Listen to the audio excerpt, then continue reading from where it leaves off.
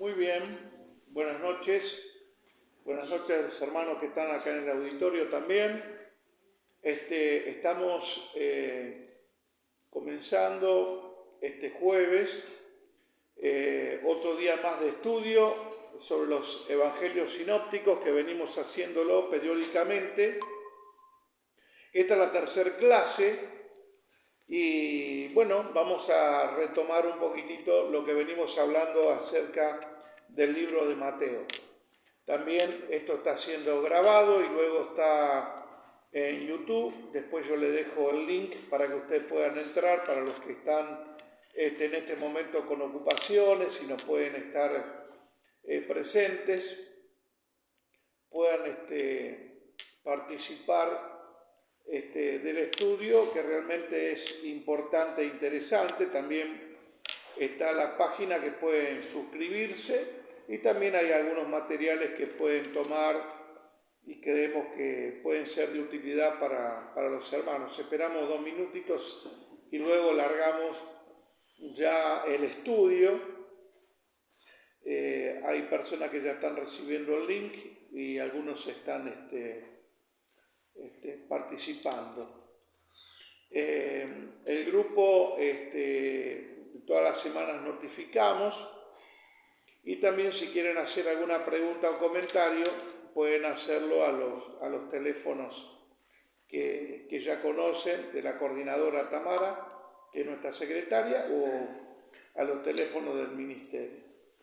La semana próxima ya vamos a comenzar con el libro de Marcos, que también entra dentro de los evangelios sinópticos, el evangelio de Marcos. Hoy culminamos el libro de Mateo. Culminamos de alguna manera porque hemos dado un pantallazo. Luego vamos a estar con el libro de Marcos, luego con el libro de Lucas y después vamos a hacer las comparaciones entre unos y otros, historias que uno tiene una perspectiva y otro tiene otras perspectivas. Eso lo vamos a ver más adelante, pero es interesante lo que estamos hablando todos estos días.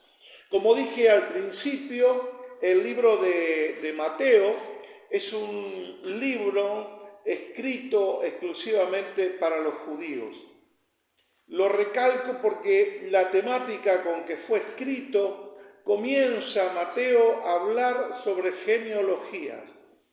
Es muy importante, o era muy importante para los hebreos, saber de dónde venía Jesús, su rama genealógica, porque era importante saber si venía de la rama de Judá. Entonces usted ve a Mateo que se esfuerza por poner bien en claro las genealogías del Señor Jesucristo, que dice que es hijo de David, hijo de Abraham. Y comienza toda la genealogía, los padres, a quien engendraron y cómo fueron toda esa revisión, ese árbol genealógico hasta llegar a Jesús. Y es muy importante para los hebreos, era muy importante para los hebreos saber sobre la familia y los antepasados de Jesús. Y eso está bien puesto en el libro de Mateo. El libro de Mateo es un libro, como dije ya antes, pero lo recalco, es presentado Jesús como rey. En los evangelios diversos está presentado de una manera diferente, como en Marcos está presentado como siervo. No voy a hablar de Marcos todavía, pero usted puede ver que Marcos, cuando comienza su evangelio, no hay ninguna genealogía. ¿Por qué? Porque Marcos le está hablando a los romanos y a los romanos no les interesaba mucho saber si era hijo de rey o no, o qué rama genealógica era. Fue presentado de una manera directa como si fuera siervo. Mateo presenta a Jesús como rey, Marco lo presenta como siervo. Es una mirada diferente y realmente él es siervo, él es rey, como dice Hebreos también es sacerdote, él es el cordero y él es el sumo sacerdote y él es rey. Todo eso es Jesús. Por eso que para poder dimensionar la persona de Jesucristo, tenemos que ver los diferentes aspectos bíblicos que Dios nos dejó a través de la Biblia. Entonces, quiero, para finalizar, Mateo, decir algo importantísimo. Mateo fue escrito, se presume, como dije al principio, allí por los años 60. Que fue antes del año 70 es seguro, porque en los últimos capítulos de Mateo, allí el Señor habla sobre la destrucción del templo y lo registra Mateo, que iba a ser destruido. Este templo que ustedes ven va a ser destruido. Entonces, esa profecía sobre el templo se cumplió en el año 70. Pero Mateo fue escrito antes. Mateo fue impulsado a escribir, a relatar la profecía de Jesús que había hecho allá por el año 30 de nuestra era, y lo registra Mateo y empieza a divulgarse este evangelio entre los judíos. ¿Y cómo sabemos que realmente fue en esos años? Bueno, se utilizó para poder saber cómo era la época donde fue escrito, como por ejemplo, cómo se sabe la cantidad de años que tiene un fósil. Cuando descubren un fósil, sea de un animal o sea de una persona, hay algo que los científicos y los paleontólogos utilizan que se llama el carbono 14. Esa composición orgánica determina la cantidad de años que tiene ese fósil. Por eso ustedes van a escuchar que dice se encontró resto fósil de un dinosaurio de 13 millones de años, etcétera, etcétera. Y usted dice, pero es increíble, ¿cómo pueden saber esa precisión? Porque hay una composición orgánica que utilizan los científicos para determinar aproximadamente la época en que ese fósil, cuando vivió, en qué año fue. Pero para la escritura, que es mucho más joven, por la escritura es mucho más joven, digamos que tanto el habla del ser humano, porque el ser humano comienza a hablar mucho después de la creación de toda esta tierra, y la escritura mucho más joven todavía, es más joven la escritura, se utiliza algo que se llama paleografía. Algo que usted lo puede buscar en el diccionario, lo puede buscar en Google, y se llama la paleografía. Y el tipo de escritura que tiene Mateo se denomina herodiano. Entonces, ese sistema de cómo se escribió era un sistema herodiano. Para hacerlo un poco más fácil, yo no soy un profesional, pero sí he leído bastante sobre este tema. Por ejemplo, cómo ha cambiado el tipeo de cómo nosotros redactamos una carta, por ejemplo. Si usted viera una carta redactada allá por los años 50 o 60, encontraría las máquinas que algunos quizás, no sé si hay gente añosa, eran las Remington, ¿se acuerdan? Las Remington, esa que hacía clac, clac, clac, clac, clac, clac, y ahí tenía como un carro que corría, y tenían unas cintitas que eran de color azul o negro y rojo. Entonces cuando quería sobresaltar algo, se apretaba una tecla, levantaba todo el aparato y ponía en rojo las palabras o los escritos. Y era un golpe realmente, pero una persona escribía a máquina y usted lo escuchaba de a media cuadra que alguien estaba escribiendo a máquina. Entonces, si usted encuentra una carta redactada, escrita con esa forma de tipeo, usted sabe que estamos hablando de los años 50, de los años o de 40 para acá, que era esa máquina. Luego surgieron las máquinas eléctricas, que tenían otra forma de tipeo, que vibraban, no pegaban ese golpe que pegaban contra el aparato que hacían poner sobresalir las letras, y usted ve la carta que realmente allá por los años 90 ya eran todas máquinas, 80, 90, eran todas máquinas eléctricas. Usted ve una carta de los años 40, 50, 60 y después ve una carta de los años 80, 90. Usted se da cuenta por la forma de escritura que fueron escritas por diversas máquinas. Hoy día usted ve una hoja impresa en una computadora o una fotocopia o con elementos tecnológicos completamente. Salió el fax, ¿se acuerdan del fax? Bueno, mirá qué viejo, cómo ha adelantado las cosas, ¿no es cierto?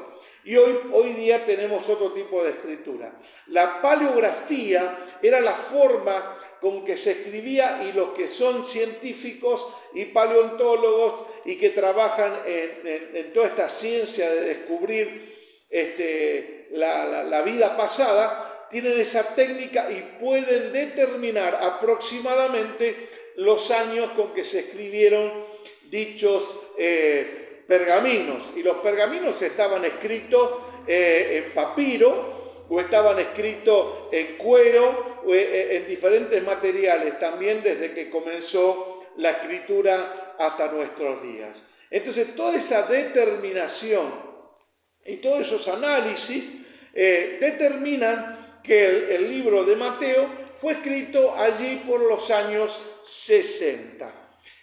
Lo mismo se denomina a Marcos también. Pero no voy a hablar de Marcos, pero sí parece que el primero de los evangelios fue el libro de Marcos. Bien, sigo adelante. La técnica entonces usada fue la paleografía. Es interesante poder saberlo porque nosotros estudiamos la Biblia y hay gente que dice, pero ¿y quién la escribió? ¿Cómo la escribieron? ¿Quiénes eran? Bueno, fueron inspirados, según nos dice la Biblia, por el Espíritu Santo, movidos a escribir acontecimientos que también, como relata el libro de Lucas, hechos ciertísimos, hechos que ellos verificaron y muchos de ellos fueron oculares. El libro de Mateo, como dije antes, era un apóstol, fue llamado por el Señor. Mateo había sido en su vida pasado publicano, era un cobrador de impuestos, una persona que manejaba mucho dinero, cobraba dinero para el gobierno, de alguna manera, el Imperio Romano, era detestado, odiado por los hermanos suyos hebreos, por el trabajo que tenía, y porque eran personas que a veces abusaban de esa autoridad y se quedaban, como solemos decir, con argentinismo o con algún vuelto. ¿No es cierto? Entonces no eran personas veneradas, queridas, eran muy mal vistas, incluso también eran poco invitadas a las fiestas, a las reuniones, no eran comúnmente invitadas. Por eso que Jesús de pronto viene y empieza a llamar a estas personas. Mateo muestra claramente que Jesús se reúne y se reunía con prostitutas, con publicanos, con pecadores, cenaba con ellos, se mostraba con ellos, nunca rehusó, absolutamente rehusó para nada ir a la casa de ellos. Incluso dice que en el capítulo 9, como hemos leído ya en estudios pasados, Mateo, cuando sigue al Señor Jesucristo, lo recibe en su casa y hace un banquete. Y el banquete estaba lleno de gente y todos eran pecadores. Es interesante saber algo, que Jesús se rodeaba de estas personas y cuando le decían, pero te siguen los pecadores y los publicanos, Jesús siempre decía, los sanos no tienen necesidad de médico. Podemos decir que sus relaciones íntimas estaban rodeadas de pecadores, ¿no es cierto? A veces pensamos, porque decimos, mirá San Mateo, San Marcos y San Lucas, San Pablo, San Pedro, y vemos a personas que están como arriba de un pedestal. Pero si nosotros analizamos los evangelios y leemos la vida y obra de ellos, vamos a encontrar hombres y mujeres tan defectuosas como todos nosotros lo somos. Eso lo plasma los evangelios, lo deja bien, pero bien claro, de forma categórica. Bien, avanzo un poquitito más. Algunos detalles del Evangelio de Mateo, que por ejemplo son las profecías, muchas de ellas se cumplieron. Para eso los invito que vayamos al capítulo 2 del libro de Mateo. Vamos a ir salteando, pero el capítulo 2 de Mateo, en el versículo primero hasta el versículo 6, da cumplimiento a Miqueas capítulo 5, versículo 2. O sea, Mateo muestra proféticamente que se cumplió la profecía de Miqueas, ¿no es cierto? Dice que nacería en Belén. O sea que el nacimiento de Jesús sería en Belén. ¿Dónde lo dice? Mateo capítulo 2, versículo 1 al 6. Cuando Jesús nació en Belén de Judea, en los días del rey Herodes, eso dice el versículo 1, vinieron del oriente a Jerusalén unos magos diciendo: ¿dónde está el rey de los judíos que ha nacido? Porque su estrella hemos visto en el oriente y venimos a adorarle. Había personas en esos años que se le decían magos o reyes, magos como los conocemos nosotros, pero no eran personas que adivinaban la suerte ni mucho menos, sino que eran estudiosos del comportamiento astronómico, no astrológico, sino astronómico, y veían que algo sobresalía sobre Jerusalén y sobre la ciudad de Belén. Entonces entendieron que ahí nacía un rey y se reunieron. La historia, las tradiciones dicen que eran 3. La Biblia no dice cuántos reyes eran, sino que dice que reyes magos. Se calcula que eran 3 porque trajeron oro, incienso y mirra, pero no dice que eran 3. Pueden haber sido 20, puede haber sido 10, no lo sabemos. Y no venían solos porque eran reyes. No se olviden que en aquellos tiempos había personas que asaltaban en los caminos, en los desiertos. Los reyes no iban a andar exponiendo su vida así libremente. Se calcula que venía cada uno con un buen séquito de soldados. Así que imagínate que cuando estaba Jesús envuelto en pañales, allí en un establo, en un lugar preparado para animalitos, de pronto cae un montón de personas nobles con soldados, con toda una parafernalia militar, realmente imponente, adorar al rey. Y cada uno trajo incienso, nos relata la Biblia, y dice que trajeron también mirra y oro.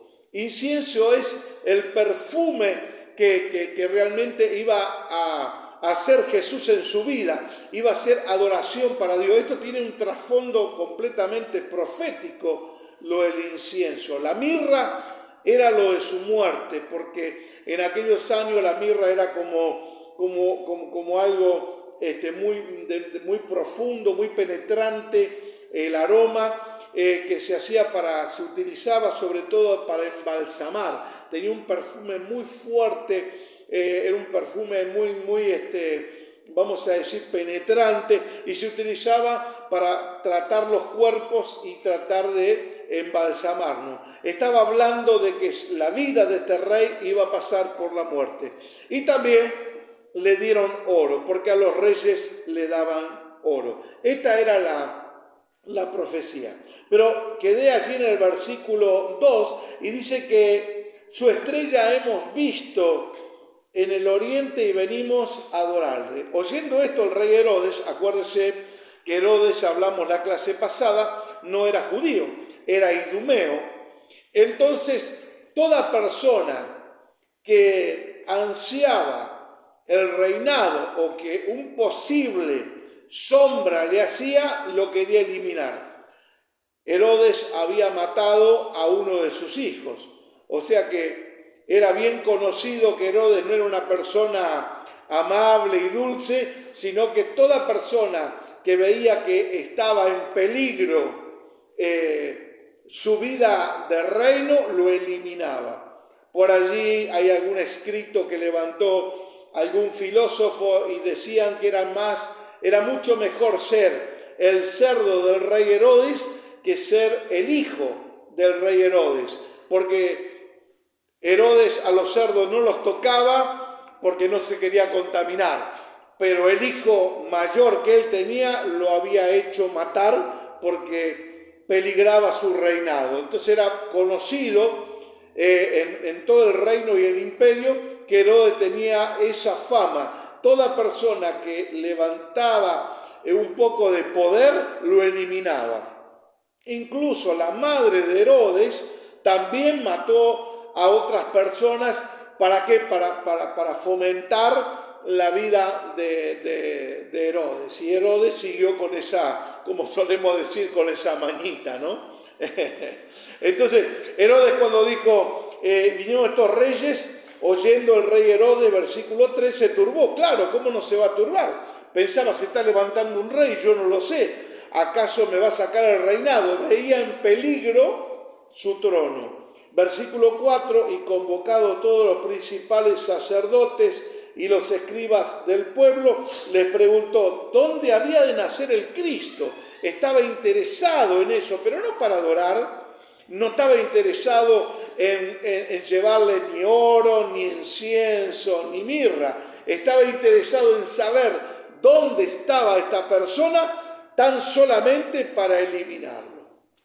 Buenas noches, hay gente que está llegando, Dios les bendice. Entonces, esto lo dejó bien claro Herodes. Preguntó, pero para poder eliminar a su posible sombra para reinar.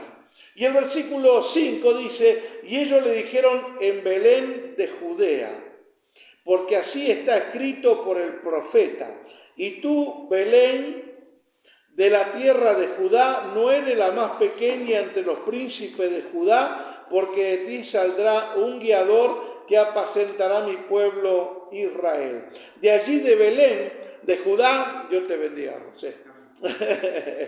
Aquí está haciendo mucho frío, le digo por lo que están en las redes, y aunque realmente estamos abrigados, está habiendo mucho frío en San Luis. No sé cómo estará la otra gente que nos está mirando de otros pueblos y ciudades, pero aquí está haciendo mucho frío.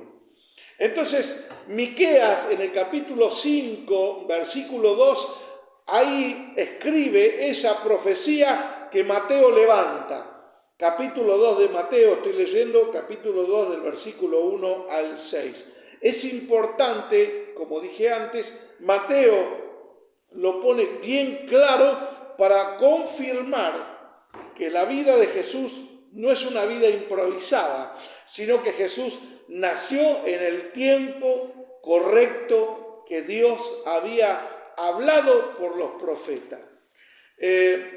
Dije clases anteriores, y esto es importante para nosotros tenerlo en cuenta, que la vida de Jesús, el ministerio, la obra, fue cumplimiento, pero muy minucioso, sobre profecías hechas, algunos desde el Génesis, otros sobre los Salmos, sobre Isaías, sobre Ezequiel, sobre Daniel y sobre los profetas menores. Todos ellos, tomados por el Espíritu Santo, hablaron acerca del Mesías y del reinado de Jesús. Y uno de los profetas menores es justamente el que acabo de mencionar, es Miqueas. Y también Oseas, otro profeta que se denomina profetas menores, en Oseas capítulo 11, versículo 1, habla sobre la huida a Egipto. Cuando acontece que Herodes se entera dónde está y cuál es el lugar, se acuerdan que manda a matar lamentablemente a todos los niños. ¿Por qué? Porque veía en peligro, como dije hace unos instantes, su reinado. ¿Y dónde lo relata Mateo? Mateo lo relata en el mismo capítulo 2, en el versículo 14 y 15. Y él despertando tomó de noche al niño, está hablando, pero lo voy a leer desde el 13 para que ustedes más o menos puedan seguir, porque si alguien nos está escuchando y no conoce bien la historia bíblica. Capítulo 2 de Mateo, versículo 13. Después que partieron ellos, los reyes magos, aquí un ángel del Señor apareció en sueños a José. José era el padrastro de Jesús. ¿Por qué utilizo la palabra padrastro? Porque según nosotros los cristianos creemos, María tuvo su hijo por obra del Espíritu Santo. José lo único que hizo fue su padrastro, ¿no es cierto? Porque eso es lo que nosotros creemos y eso es una acción totalmente de fe. La gente que no cree en esto es imposible. Sin embargo, sabemos por la fe que Jesucristo es el Cordero, como Juan también lo denomina, Juan el Bautista en el libro de Juan también. He aquí el Cordero de Dios que quita el pecado del mundo. Para ser un Cordero sin mancha y sin pecado tenía que ser engendrado nada más y nada menos que por Dios. Entonces nosotros bajo esa creencia de fe entendemos que José era el padrastro. Versículo 13, el Señor aparece en sueños a José y dijo: levántate, toma al niño y a su madre y huye a Egipto. Allí se fue José llevando a María y al niño se fueron a Egipto. Fue otra profecía cumplida por nuestro Dios al respecto de su hijo. Y él despertando tomó de noche al niño y a su madre y se fue a Egipto y estuvo allá hasta la muerte de Herodes para que se cumpliese lo que dijo el Señor por medio del profeta cuando dijo: de Egipto llamé a mi hijo. Eso se encuentra en Oseas capítulo 11 versículo 1. Mateo lo relata mostrando de que eso había acontecido con nuestro Señor Jesucristo. Para los hermanos que están en el grupo de estudio, ustedes tienen en el PDF todo lo que yo estoy diciendo, ustedes lo pueden tener allí en el PDF, lo pueden hablar, si algunos lo pueden abrir, perdón. Si ustedes no tienen el teléfono habilitado para abrir algunos materiales como el PDF, lo puede abrir en una computadora o pedirle a alguna persona, a alguno de su familia que tenga un teléfono habilitado y lo puede luego abrir e imprimir también para que poder tener las hojitas que pueden ser de mucha utilidad para poder aprender al respecto de nuestro Señor. Bien, entonces Isaías también utiliza otra profecía en el capítulo 11, en el versículo 1, y llama que un vástago iba a retoñar, un vástago iba a nacer. Allí lo dice en el Isaías capítulo 11, versículo 1. Lo vamos a leer, si hay alguien aquí en el auditorio que lo quiere leer también, lo invito. Isaías capítulo 11, versículo 1. Hay gente que lo tiene. También lo invito a usted, si está en su casa, pueda usted leerlo. Sí. 11:1. Está haciendo frío, Bueno, lo estamos haciendo en el salón, el auditorio nuestro, y es grande acá, y bueno, para calentar todo esto. ¿Lo encontraron? Sí. 11:1. Sí. Saldrá una vara del trono de Isaías. Y un vástago retoñará de sus raíces. Saldrá una vara del tronco.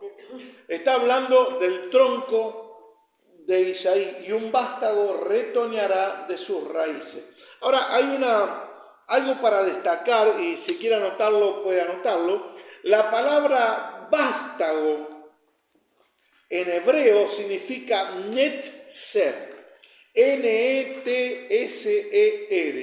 Significa netzer. La palabra vástago es una raíz hebrea y significa netzer. ¿Qué significa la palabra netzer? Bueno, la palabra netzer significa vástago, pero es la raíz de la palabra Nazaret. Qué curioso, porque de Nazaret nacía el Mesías.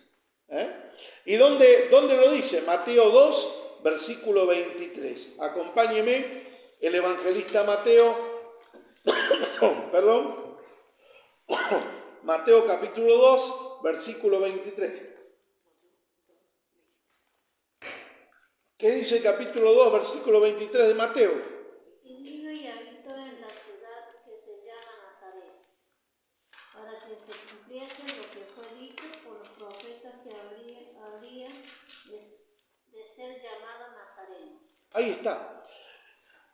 Esto fue cumplimiento nada más y nada menos proféticamente de lo que habló Isaías 800 años antes, que iba a nacer un tronco de Isaí. Estaba hablando del padre de quien fue David, el rey David.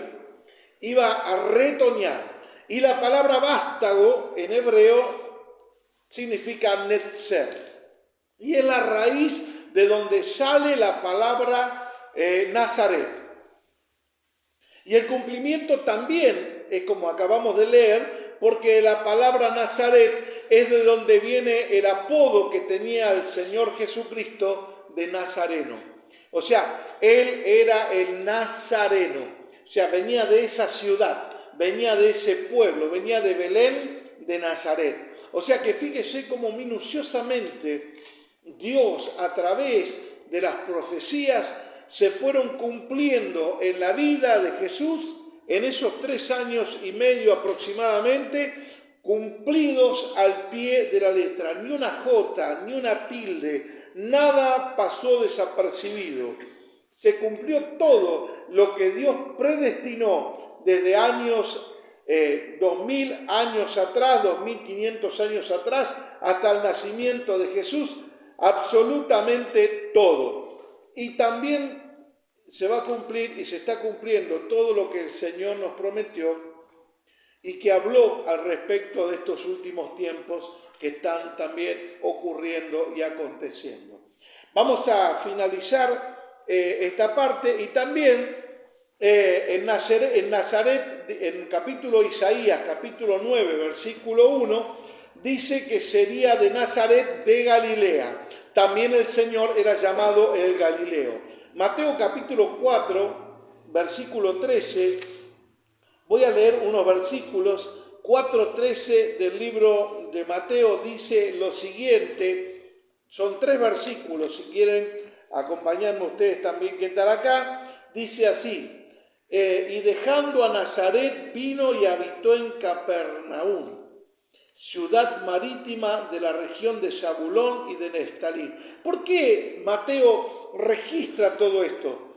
Porque quería mostrar que Jesús no hacía nada de forma improvisada, sino que se movía, caminaba, hablaba y lo que hacía, lo hacía en forma coordinada con las profecías que Dios había hecho sobre él. Abro un corchete y fíjense un detalle, cuando Mateo relata el bautismo de nuestro Señor Jesucristo, cuando Juan lo ve, incluso Juan el Bautista también lo registra el libro de Juan, cuando viene a ser bautizado, ¿qué dice Juan el Bautista? Tú vienes a mí, yo tendría que ser bautizado por ti, yo tengo que ser bautizado.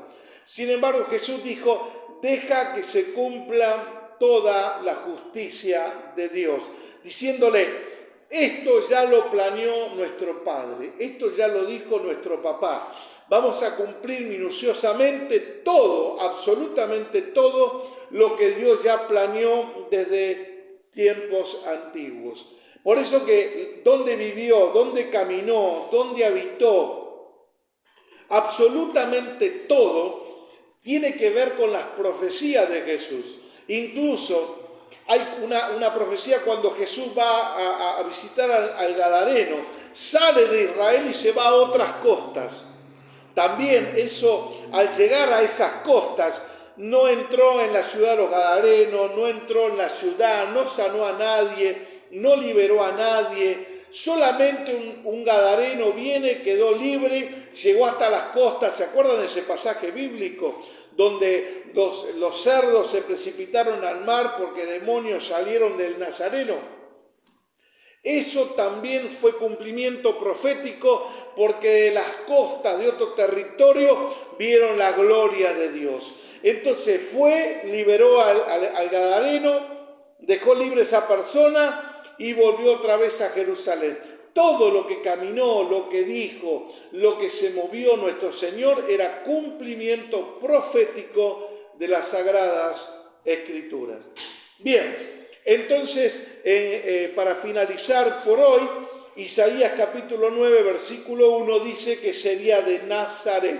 Capítulo 4, como dijimos, versículo 13, donde estamos leyendo, dice, dejando a Nazaret, vino y habitó en Capernaum, ciudad marítima en la región de Zabulón y de Neftalí, para que se cumpliese lo dicho por el profeta Isaías cuando dijo, tierra de Zabulón y tierra de Neftalí, camino del mar al otro lado del Jordán, Galilea de los gentiles.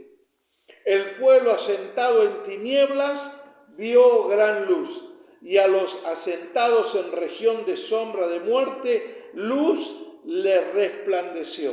Esto lo dice el capítulo 9 de Isaías en el versículo 1 y en el versículo 2. Entonces, ¿qué quiero decir? Mateo reafirma cumplidamente lo que relatan las Escrituras al respecto de Jesús. Está completamente mentalizado Mateo en mostrarle a sus hermanos judíos que Jesús era el Rey, que Jesús era el Mesías, que Jesús era el Cristo. Un libro maravilloso. Le hemos dado solamente en 3 clases un mero pantallazo y podríamos hablar, pero muchísimo tiempo al respecto de Mateo. Pero yo te animo para que puedas seguir leyendo las Escrituras. Y la palabra de Dios, como dice su palabra, es viva y eficaz. Llena tu mente con palabra de Dios. Llena tu espíritu con palabra de Dios. No te olvides que tu mente es el software que tenemos, es como una computadora. Si de pronto no le metes información de Dios, esa cabecita comienza a pensar cualquier cosa, a divagar en cualquier lugar, y la Biblia habla, y Pablo sobre todo, el apóstol Pablo habla que tenemos la mente de Cristo. Entonces, ¿qué debemos hacer?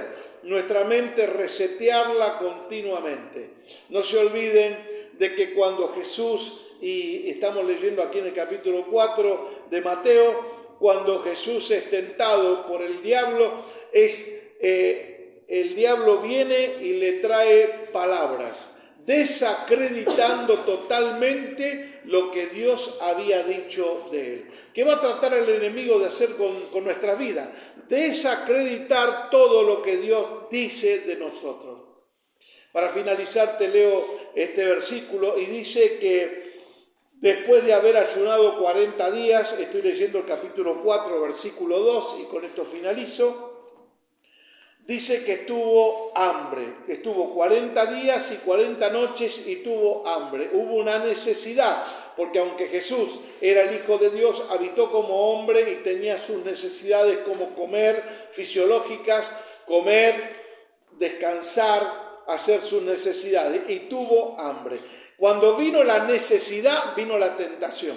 ¿Qué te quiero decir? Cuando vengan necesidades a tu vida, presentá y poné las antenas paradas, porque allí es muy posible que se acerque el tentador a ofrecerte cosas y a ofrecerte pensamientos. El diablo no puede entrar en la vida de ningún cristiano a menos que le abramos la puerta.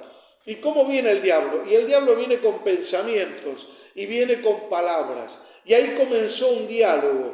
Y dice el versículo 3, vino a él el tentador y le dijo, si eres hijo de Dios, di a estas piedras que se conviertan en pan. Fíjese donde tocó el enemigo. Tenía hambre y dijo, bueno, si sos hijo de Dios, que estas piedras se conviertan en pan, si sos el hijo de Dios. Puso en duda absolutamente todo lo que Dios había dicho días atrás. ¿Y qué le había dicho Dios atrás? Tú eres mi hijo amado en quien tengo complacencia. Vino Satanás a desacreditar absolutamente todo lo que Dios dijo. El diablo va a tratar de desacreditar todo lo que Dios dice en su palabra, lo va a tratar de desacreditar en tu vida. Ahora, ¿cómo responde Jesús? Escrito está, no solo de pan vivirá el hombre, sino de toda palabra que sale de la boca de Dios. ¿Cómo se contrarresta a las tentaciones? Contestando con lo que dice su palabra. Ahora, ¿cómo vas a contrarrestar vos y cómo voy a contrarrestar yo si no conocemos las Escrituras? La forma de operar en el mundo espiritual es conociendo las Escrituras. Por eso que estas clases, estas reuniones son para eso mismo, para eso los hermanos que hacen frío, los valientes han venido, están emponchados allí, bienvenidos a todos, han venido a escuchar una palabra. Que el Señor te bendiga mucho, gracias a los hermanos que están participando en el Meet y a los que están en la grabación que luego va a ser subida a YouTube, ustedes la pueden ver allí y podamos seguir. La semana próxima vamos a comenzar el Evangelio según San Marcos y también será un evangelio maravilloso donde hay un montón, pero un montón de perlitas que tiene el evangelio que las vamos a descubrir a partir de la próxima semana. Que el Señor te bendiga y será hasta cualquier momento.